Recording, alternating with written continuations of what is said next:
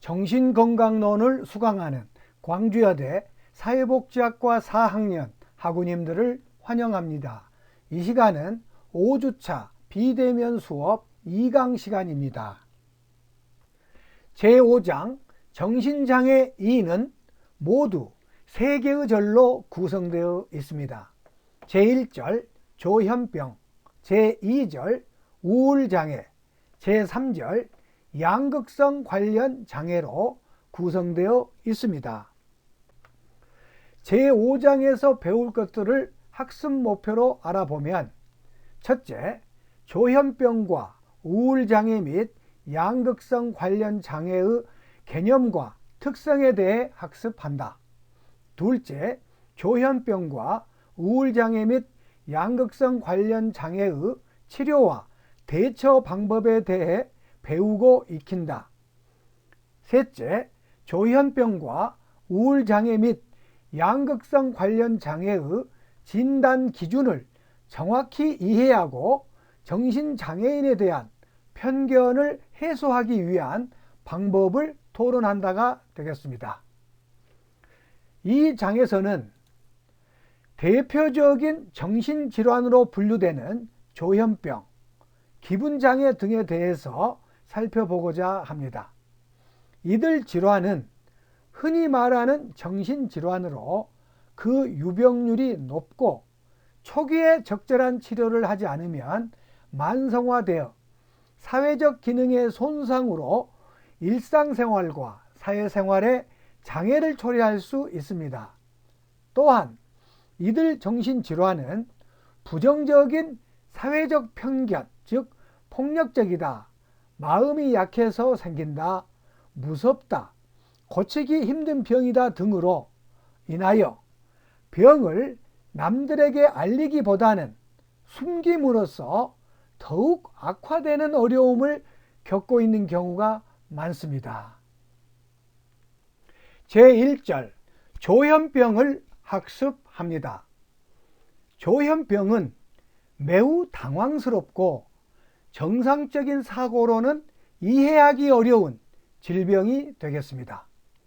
또한 가족이나 친구 등 주변인들을 당황스럽게 하고 어떻게 대처해야 할지 혼돈스럽게 하는 주요 정신질환 중에 하나입니다.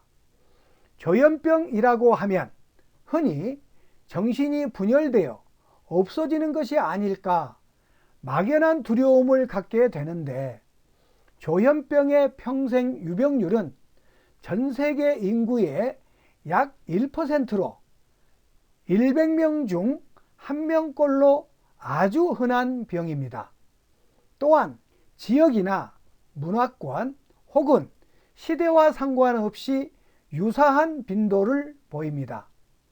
조현병은 뇌의 기능, 그 중에서도 특히 정신기능의 장애를 유발합니다. 사물을 지각하고 생각하는 것, 감정을 느끼는 것, 생각을 표현하고 행동하는 것 등 여러 측면에 걸쳐서 광범위한 이상 증상을 일으키는 병이 조현병이라고 할 수 있습니다. 가로 1번 조현병의 발생 원인을 알아보겠습니다.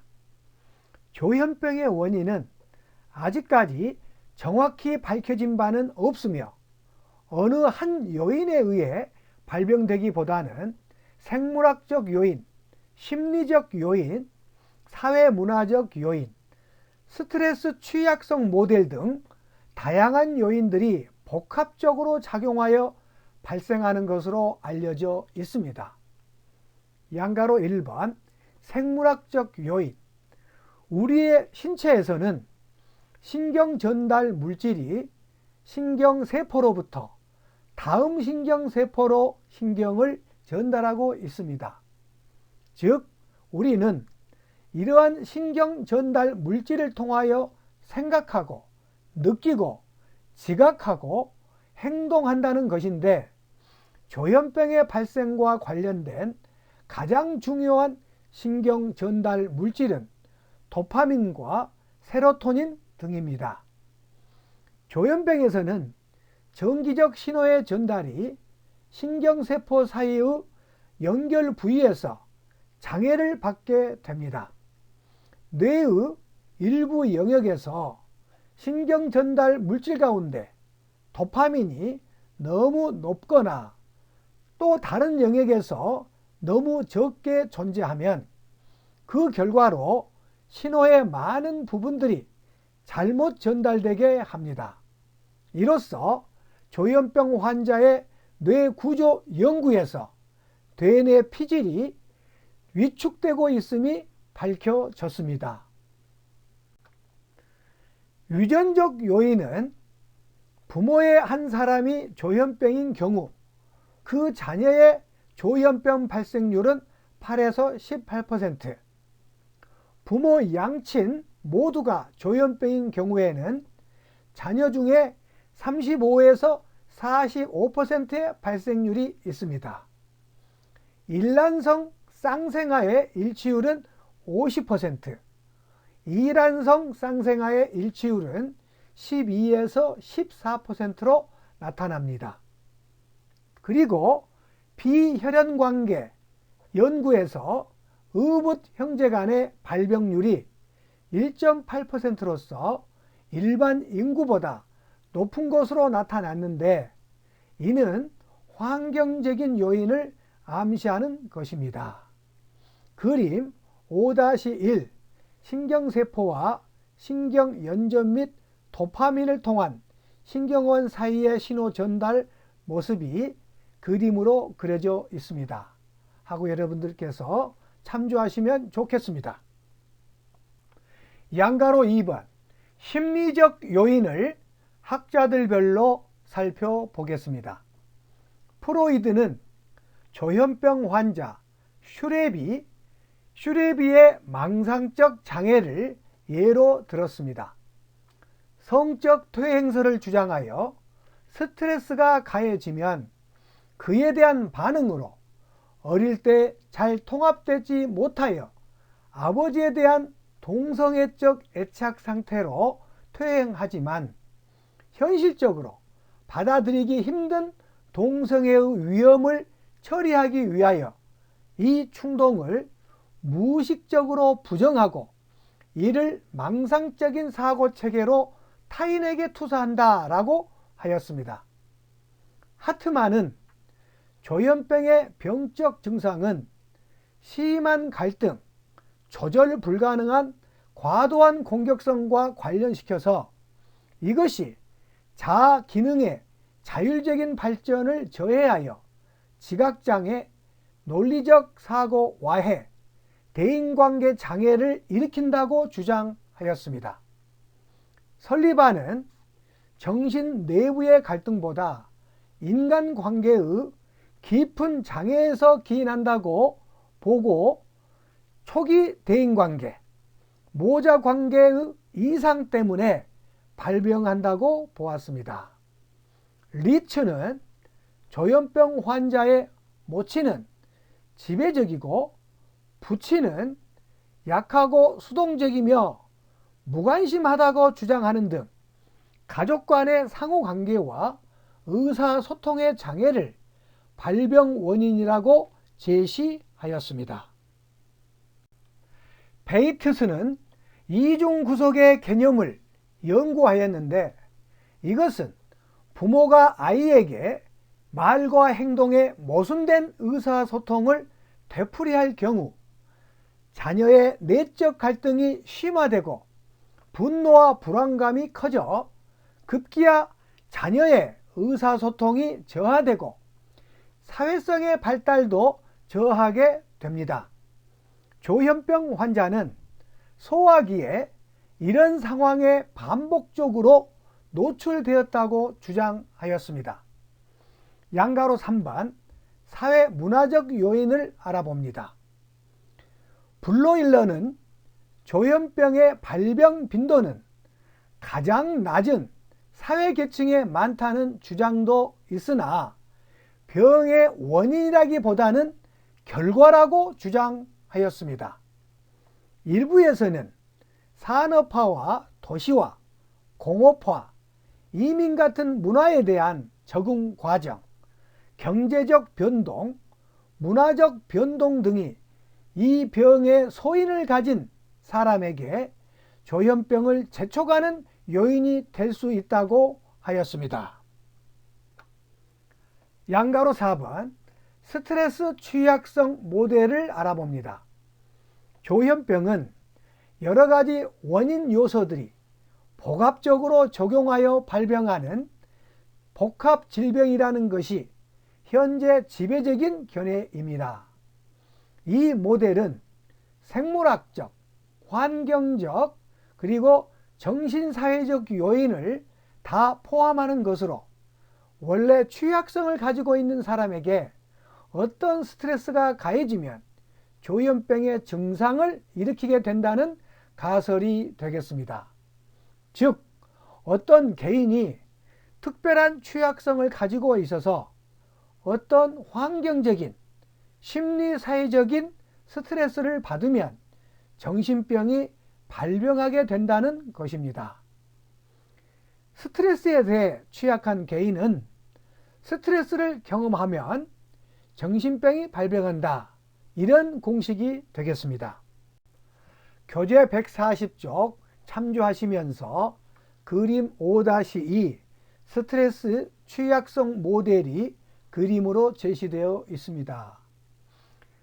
위쪽 부분 내적 요인으로 유전적 소인과 정신사회적 스트레스, 그리고 약물 남용 등의 신체적 스트레스로 인하여 취약성이 발견되면 조현병으로 발병할 수 있고, 외적 요인으로 임신 합병증, 그리고 출생 시의 합병증, 뇌성숙 시의 변화로서 출생 전에서 출생, 사춘기, 청년기, 초기 성인기까지 취약성에 노출되면 조현병이 발병될 수 있다라는 그림입니다. 참조하시기 바랍니다. 가로 2번 조현병의 임상적 특징을 알아보겠습니다. 조현병의 주요 증상은 사고, 지각, 언어, 감정, 행동, 의욕 등 모든 영역에 걸쳐 다양하게 나타납니다. 이러한 다양한 증상들은 환자마다 다르고, 또 어떤 경우에는 한 환자에서도 시기에 따라 다르게 나타납니다. 다음은 조현병의 대표적인 증상들을 살펴보겠습니다. 양가로 1번 망상. 망상은 사고에 장애가 생긴 것으로 그 사람의 교육적, 문화적 배경을 고려하더라도 사실과는 다른 생각을 실제 사실이라고 믿는 것입니다. 특징은 잘못된 믿음은 일반인이 동의할 수 없는 내용일 뿐만 아니라 어떠한 논리적인 대화나 설득, 과학적 근거를 제시해도 교정되지 않는 특징을 가집니다. 환자에 따라서 망상은 다양하게 나타나고 보통 여러 망상을 복합적으로 갖는 경우가 많으며, 어떤 망상은 환청 경험과 직접적인 연관이 있기도 합니다. 그 환청의 망상으로는 피해 망상, 관계 망상, 과대 망상, 조종 망상, 신체 망상 등이 있습니다. 앞서 학습한 사고장애 망상에 대하여 그 사례 관계를 세부적으로 제시하고 있습니다. 피해 망상, 누군가가 나에게 해를 입히려고 하고 내 인생을 비참하게 만들려 하며 심지어는 나를 죽이려 한다라고 생각하는 유형입니다. 예는 참조하시기 바랍니다. 관계망상, 주위에서 일어나는 일상적인 사건들이 자신과 특별한 관계가 있다고 생각하는 것입니다.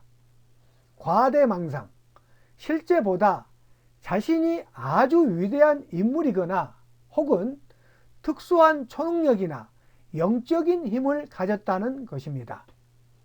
조종망상, 무엇인가 또는 누군가 자신의 생각과 행동을 조종하고 있으며 자신은 그것에 저항할 만한 힘이 없다고 생각하는 것입니다. 마지막으로 신체망상, 자신의 신체 어느 부위가 이전과는 달라졌다고 믿거나 혹은 자신의 몸에 큰 이상이 있다고 믿는 것입니다. 망상에 관하여 참조하시기 바랍니다. 양가로 2번 환각. 환각은 주위에 자극이 없는데도 자극이 있는 것처럼 잘못 지각하는 장애입니다. 조현병의 가장 특징적인 증상으로 유형으로 환청, 환시, 환후, 환미, 환촉 등이 있습니다. 주변에 아무도 없는데 사람의 말하는 소리가 들리는 증상입니다.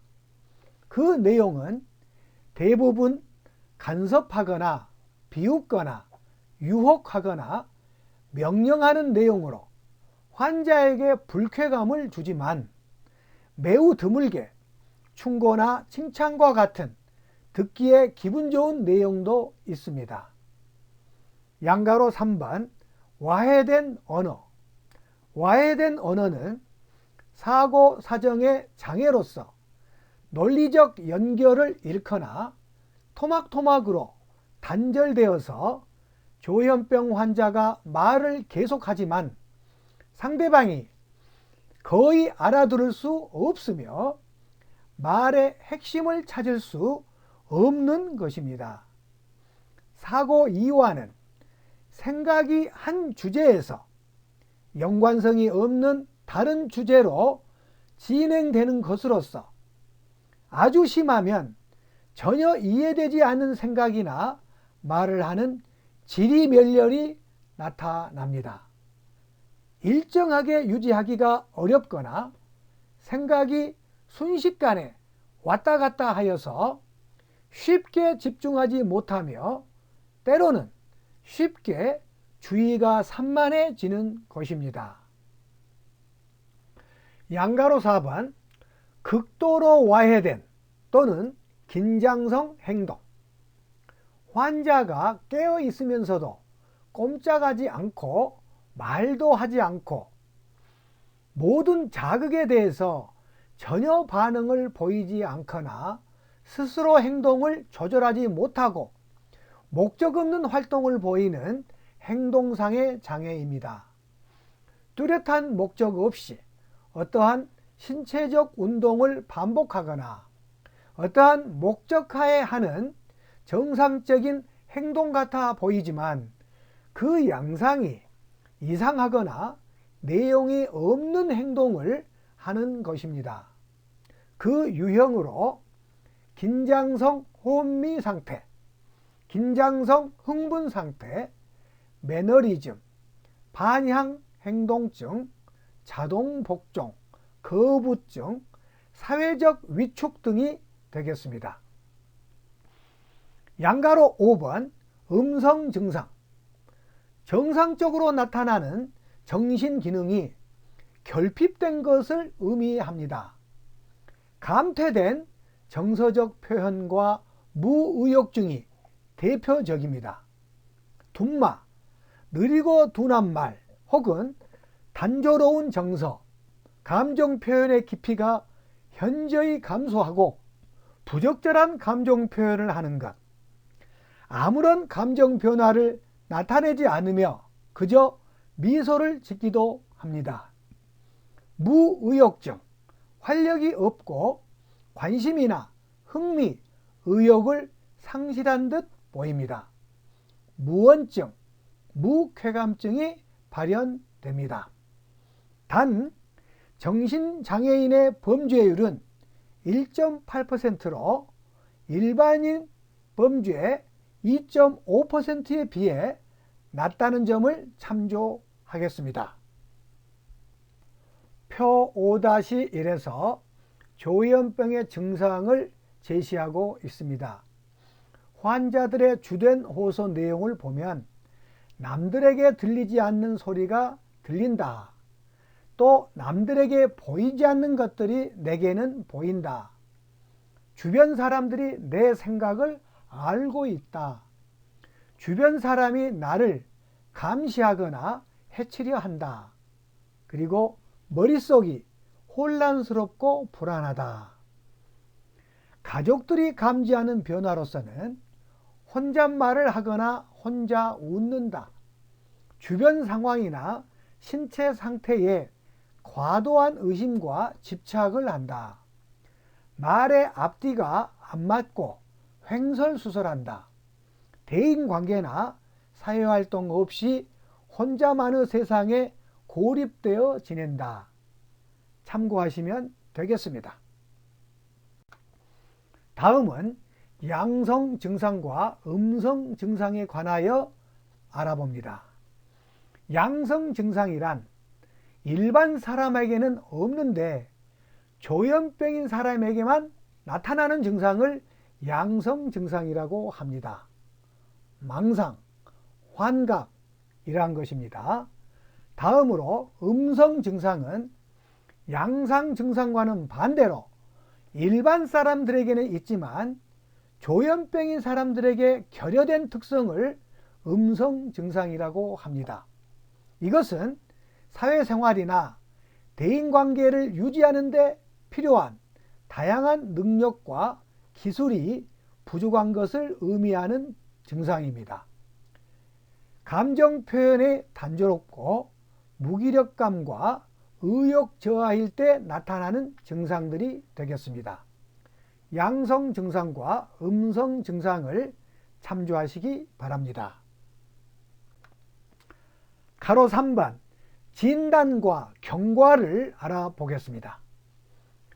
조현병은 조기 발견이 쉽지 않고 주로 청소년기와 청년기에 많이 발생하며 병의 경과로서 환자 중 30%는 양호하게 되고 50%는 부분적으로 회복, 남은 20%는 만성화 증상으로 갑니다. 조현병의 전구 증상은 첫째, 몸에 이상이 있다고 생각하는 막연한 건강염려증. 둘째, 몸과 주변의 세상이 자신과 동떨어진 비현실적인 느낌. 셋째, 평상시에 무관심했던 철학적, 종교적 주제에 집착. 넷째, 집중력 저하, 긴장, 불안 양상. 다섯 번째, 불면, 사회 부적응, 성격 변화, 학업 문제, 대인관계 변화. 여섯 번째, 특이한 생각과 행동, 의미 없는 말, 이상 지각, 정서 불안. 일곱 번째, 실제로 존재하지 않는 것에 대한 지각 또는 환각. 셀프 토크, 실리 스마일 또는 충동적인 행동. 아홉 번째, 비합리적이고 잘 이해되지 않는 믿음, 망상.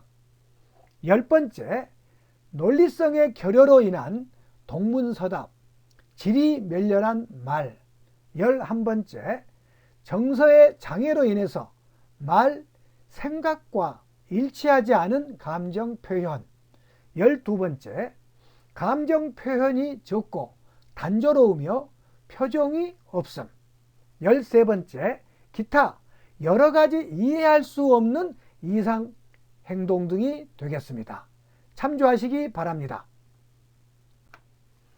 교재 145쪽 그림 5-3을 보면 조기에 발견하거나 잘 관리되어 재발을 방지한 경우에는 좋은 치료 효과를 얻을 수 있다. 우리나라에서 조현병 발병 후에 치료를 받기까지 걸리는 시간은 52주입니다.